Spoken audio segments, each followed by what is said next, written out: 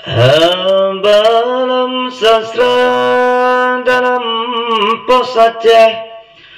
cukup dan bere dalam minggunya yu jaga sabe hati betupe narik mucuke betapularang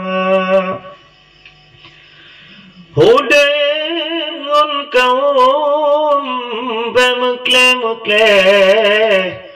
belage taraweh tadang membanja tulung menulung walau ngunsin anuke ba Allah sahe merumpam pahala kan sekedar puasa tak jaga tu mare hanmu mada taraweh ibadat gata menyota merid hati gap tupe sidumna saleh bandum tan guna contoh dan gap moto Mercedes kangon ta cuke jika usok kaya menyohudem danyo tiga SMS binahana bere ibadah hamba dicar keung tengku gede bau ite gampung lang ite tengku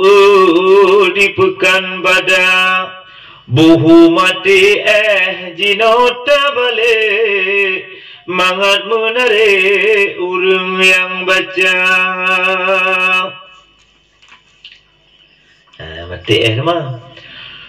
bulan puasa tengku bermacam-macam naput bok kehai getanyo jaga baik di rumah atau di pekan menanti narakan tempat kerja pun bak HP tak jaga lisan be asai-asai tak share berita berita hawa galak tak sebar lam tengut malam tengku merumpau desa kelhelam rumah ngon masih agam bulan Ramadan hanjut ban suka Mekah dicok lapa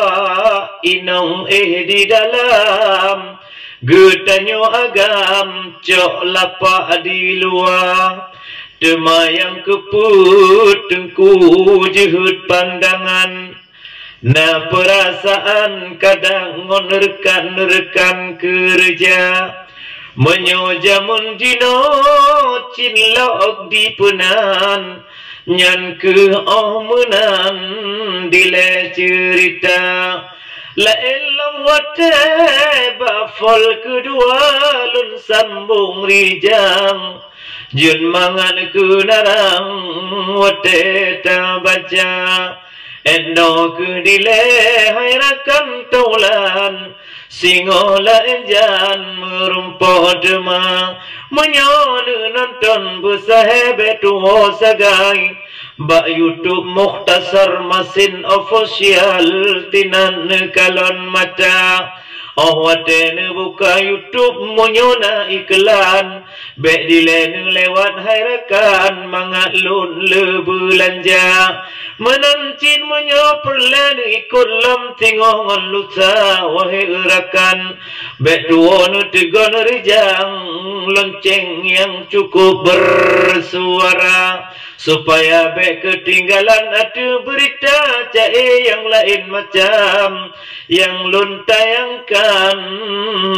balai kaca.